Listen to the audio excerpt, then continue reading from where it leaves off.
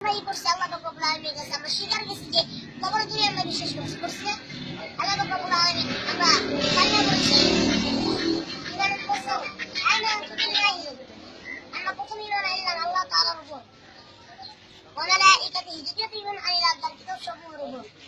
ওয়া রাসূলিহি তৃতীয় ঈমান আনলাম তার রাসূলগণের উপর আর বছরও হবে না তো কমে হবে তাও ওয়াল ইয়াউমিল আখির চতুর্থ ঈমান আনলাম আখিরাতের উপর ওয়াল কদরি খাইরি পঞ্চম মানলাম আমি কিসের উপর আমার ভালো মন্দ তাকদীরের উপর আমার ভাগ্যের উপর আমার কদর করি ওয়াসাবিহি মিনাল্লাহি তাআলা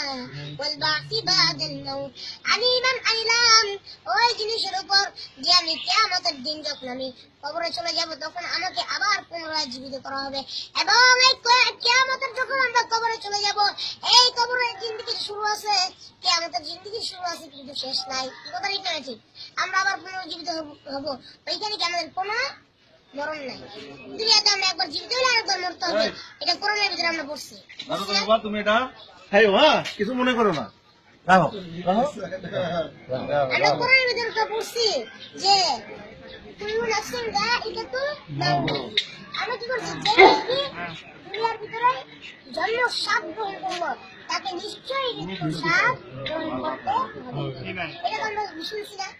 শুনছি কিন্তু তাহলে আমরা এটা জানার পরও আজকে আমরা মৃত্যুকে ভয় পাই না আসলে 5টা মিনিট চিন্তা করে দেখেন নিজেকে মরার পর আমার কি অবস্থা হবে আমার কি আলাদা করে 5টা মিনিট চিন্তা করেন আপনার মাথায় আসবে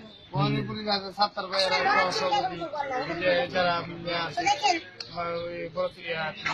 বর্ণনা করছেন আমাদের তো লিস্টে আছে আজকে কম্পিউটারে লিস্ট আছে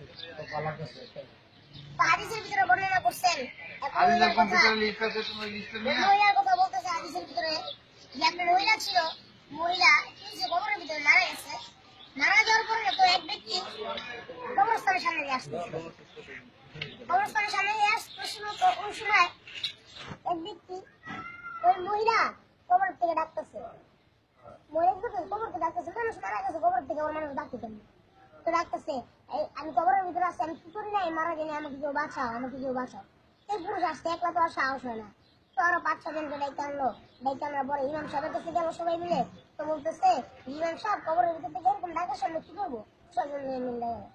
এখন ইমাম সাহেব বলে যদি জীবিত থাকে তাহলে তুমি কি করো ডাইতে পারো তখন গেল যাওয়ার পরে এবার ওই মহিলাকে যখন কবর খুঁড়তে আরম্ভ করলো তখন কবরের ভিতরে দেখুন কবর দেওয়ার আগে ছুটি দেয় কবর উঠতে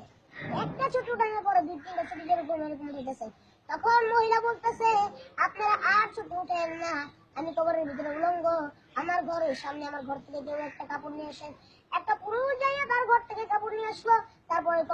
কাপড়টা তাকে কি করলো ছুটির ভাগ দিয়ে দিল ওই কাপড়টা পরনের পরে তারপর বলতেছে যে ও আমার ভাইরা আপনারা সবাই চেপে যান আমি এখন এই কবরের ভিতর থেকে বাইর হবো তো এমন একটা পরিস্থিতি যদি কেউ দেখে কবরের ভিতরে যে কি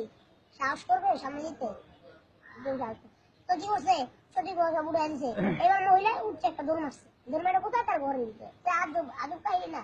কি ব্যাপার মহিলা প্রথমে কবর থেকে ডাকলো আবার কাপড় ছেড়ে আবার কাপড় পরে দৌড় দিয়েছে ঘরের ভিতরে তো ঘরের ভিতরে যে পিছন দিয়ে ছিটকি আটকে দিয়ে ঘরের ভিতরে বসে আসছে এবার পুরুষটা যা ডাকতেছে যে আপনি কে আপনি কবরের ভিতরে কি করতেছিলেন আপনি জীবিত দরজা খুলেন এবার ওই মহিলা বলতেছে যে যেই পুরুষ আমার শরীর দেখবে বা যেই পুরুষ আমার চেহারা দেখবে সে কি আর বাঁচতে পারবে না কি করবে না বাঁচতে পারবে না মানে তার বাঁচতে পারবে না আমার চেহারা এমন হালত মানে ভয়ঙ্কর সেবার তারা বলতেছে যে আচ্ছা ঠিক আছে কিছু সাহসী পুরুষ তো আছে আমাদের বাংলাদেশে তো বলতেছে আচ্ছা আপনি খুলেন সত্যি বলুন না তো খুলেন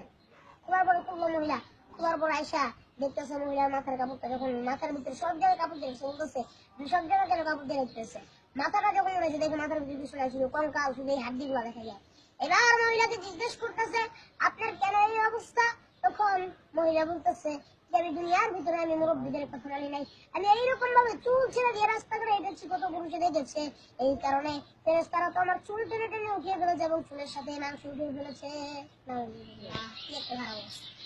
আপনার হাত পা করে রেখে আছে মুখ কেন রেখে আছে মুখে কিছু নাই মুখে শুধু হাত দিয়ে শুধু কঙ্কাল বলছে আপনার মুখের এই অবস্থা কেন বলতেছে আমি ছোটের ভিতরে কত লিপস্টিক দিছি মুখের ভিতরে আমি কত পাউডার মেখেছি সাদা হওয়ার জন্য পুরুষেরা এইগুলো দেখেছি আমি